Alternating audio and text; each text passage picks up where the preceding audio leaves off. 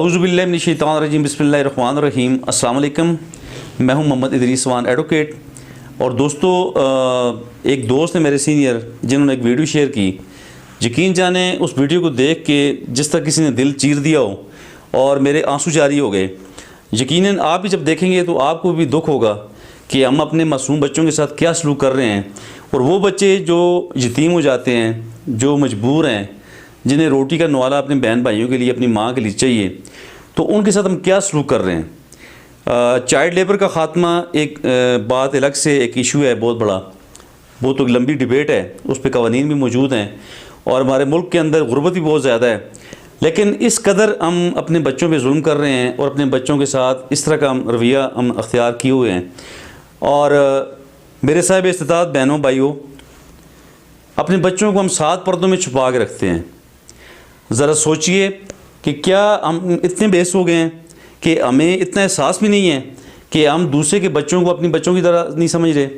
और जो बच्चा हमारे पास काम करने आया है, जो बच्चा हमारे पास लेबर करने आया है, उसकी क्या मजबूरी है, क्या हमने कभी एहसास किया है? तो पहले ये वीडियो मुलाहिज़ा कर लें, उस पर बात करते हैं इसके बाद।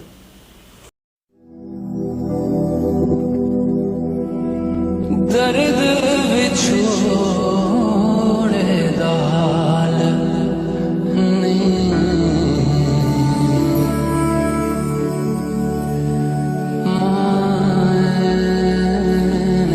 मन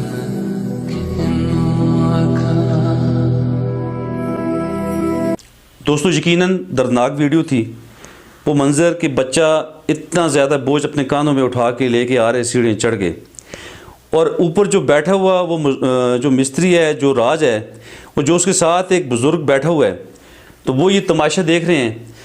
क्या वो ये नहीं कर सकते थे कि इस बच्चे को आप बोझ तरह कर लेते, इससे कोई आसान काम कर लेते, इससे कोई आसान काम करवा लेते, इस पे कोई आसान सा बोझ डाल देते? तो दोस्तों, हम बेसे हैं, यकीनन बेसे हैं। क्या इससे भी कोई ज़्यादा बोझ आपके पास था जो आप इन नाजुक कंधों पर डालते? यकीनन अफसोस का मुकाम है। हमें अपने गिरबानों में झांकना चाहिए। और हम कब तक इस दुनिया में रहेंगे दोस्तों? कब तक हम ऐश व अशरत करते रहेंगे? एक दिन कब्र में जाना है, एक दिन अपने अल्लाह को जवाब देना है। और यही मेरा सवाल है आपके सामने कि हमने किस तरह अपने बच्चों को सेव रखना है, हमने दूसरे के बच्चों को किस तरह अपने बच्चों की तरह समझना है। और ज़रा सोचिए मेरे सवाल पे। इसी के साथ अल्लाह हाफ़िज़।